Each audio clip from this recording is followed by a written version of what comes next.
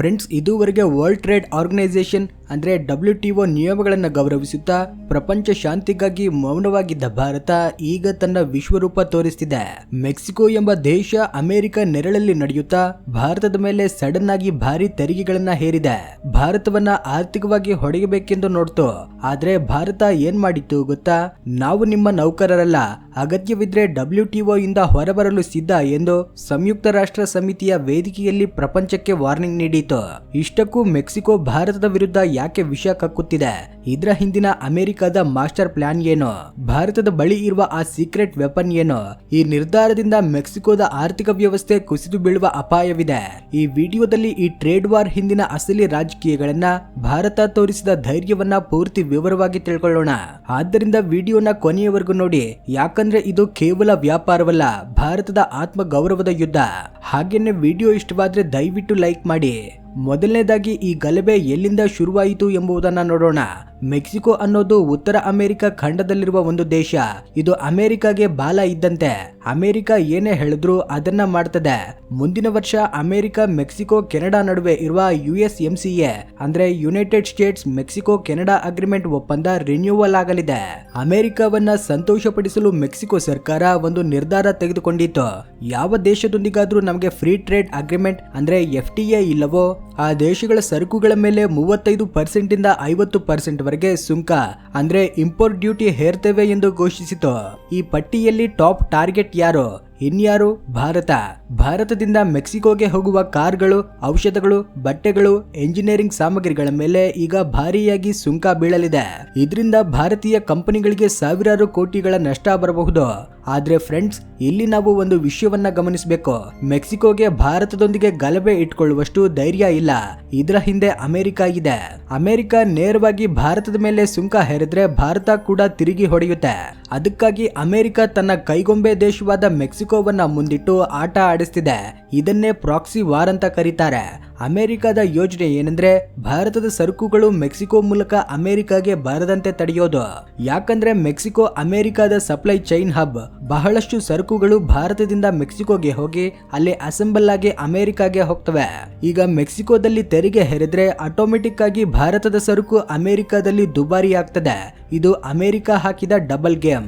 Mexico ಭಾವಿಸ್ತು Bharat silent ಆಗಿರುತ್ತೆ, ಎಂದಿನಂತೆ ಸ್ಟೇಟ್ಮೆಂಟ್ ಕೊಟ್ಟು ಸುಮ್ಮನಾಗ್ತದೆ ಎಂದು. ಆದ್ರೆ ಈ ಬಾರಿ ಲೆಕ್ಕ ತಪ್ಪಿತು. ಭಾರತ ರಿಯಾಕ್ಷನ್ ನೋಡಿ ಮೆಕ್ಸಿಕೋಗೆ ಮಾತ್ರವಲ್ಲ ಅಮೆರಿಕಗೂ ಬೆವರು ಬಂದಂತಾಯಿತು.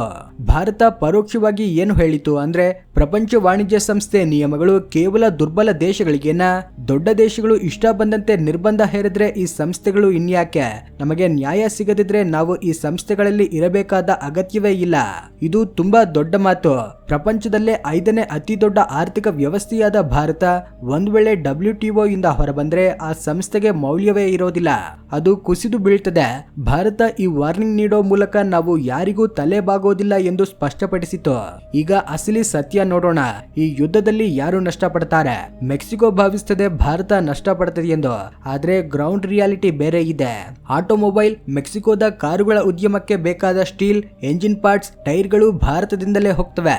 ಒಂದು ವೇಳೆ ಭಾರತ ಸಪ್ಲೈ ನಿಲ್ಲಿಸಿದ್ರೆ ಮೆಕ್ಸಿಕೋದಲ್ಲಿ ವೋಲ್ಕ್ಸ್ ವ್ಯಾಗನ್, ಫೋರ್ಡ್ ಫ್ಯಾಕ್ಟರಿಗಳು ಮುಚ್ಚಿ ಹೋಗ್ತವೆ. ಮೆಕ್ಸಿಕೋ ಜನರಿಗೆ ಬೇಕಾದ ಕಡಿಮೆ ಬೆಲೆಯ ಜೆನರಿಕ್ ಔಷಧಗಳು ಭಾರತದಿಂದಲೇ ಹೋಗ್ತವೆ. ಈಗ ತೆರಿಗೆ ಹೇರಿದ್ರೆ ಅಲ್ಲಿ ಔಷಧಗಳ ಬೆಲೆಗಳು ಹೆಚ್ಚುತ್ತವೆ. ಮೆಕ್ಸಿಕೋ ಜನರೇ ತಮ್ಮ ಸರ್ಕಾರದ ಮೇಲೆ ತಿರುಗಿ ಬೀಳ್ತಾರೆ.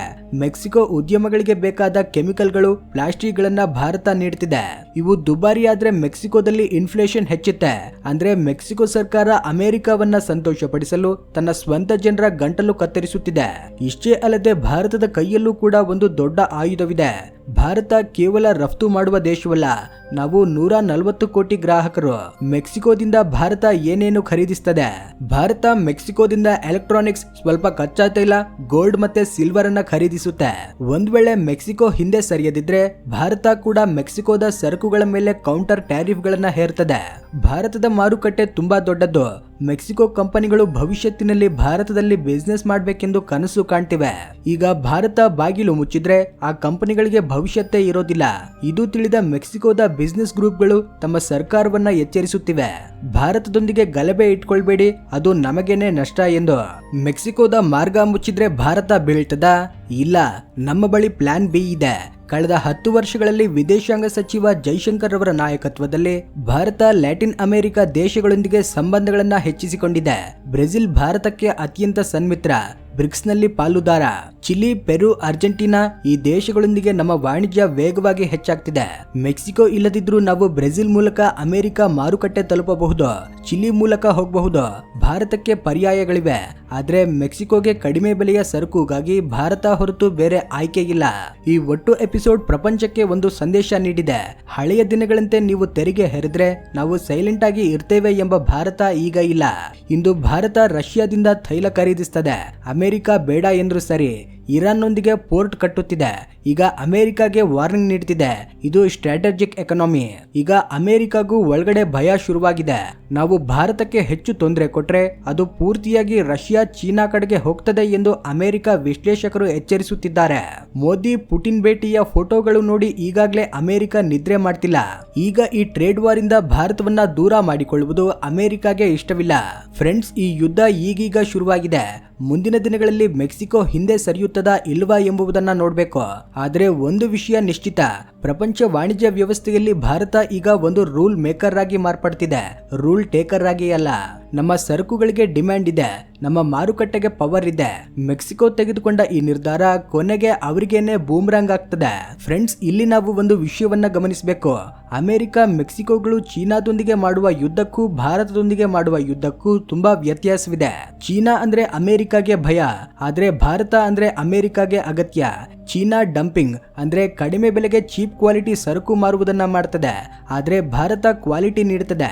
ಮೆಕ್ಸಿಕೋದಲ್ಲಿರುವ ಅಮೆರಿಕನ್ ಕಾರ್ ಕಂಪನಿಗಳು, ಫೋರ್ಡ್, ಜನರಲ್ ಮೋಟಾರ್ಸ್ ತಮ್ಮ ಕಾರುಗಳಲ್ಲಿ ಬಳಸುವ ಎಂಜಿನ್ ಕಾಂಪೊನೆಂಟ್ಗಳಿಗಾಗಿ ಭಾರತದ ಮೇಲೆ ಅವಲಂಬಿತವಾಗಿವೆ. ಈಗ ಮೆಕ್ಸಿಕೋ 35% ತೆರಿಗೆ ಹೇರಿದ್ರೆ ಆ ಕಾರುಗಳ ಬೆಲೆಗಳು ಹೆಚ್ಚುತ್ತವೆ. ಅಂದ್ರೆ ಅಮೆರಿಕದಲ್ಲಿ ಕಾರುಗಳು ದುಬಾರಿಯಾಗ್ತವೆ.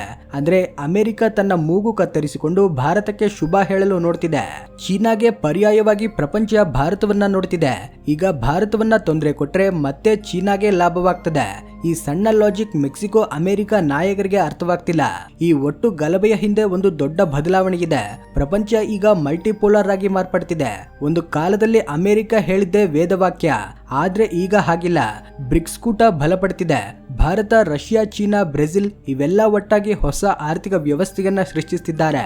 ಡಾಲರ್ ಅಧಿಪತ್ಯ ಕಡಿಮೆ ಮಾಡಲು ಪ್ರಯತ್ನಗಳು ನಡೆಯುತ್ತಿವೆ. ಭಾರತ ಈಗ ಸ್ಥಳೀಯ ಕರೆನ್ಸಿಗಳಲ್ಲಿ ವಾಣಿಜ್ಯ ಮಾಡ್ತಿದೆ.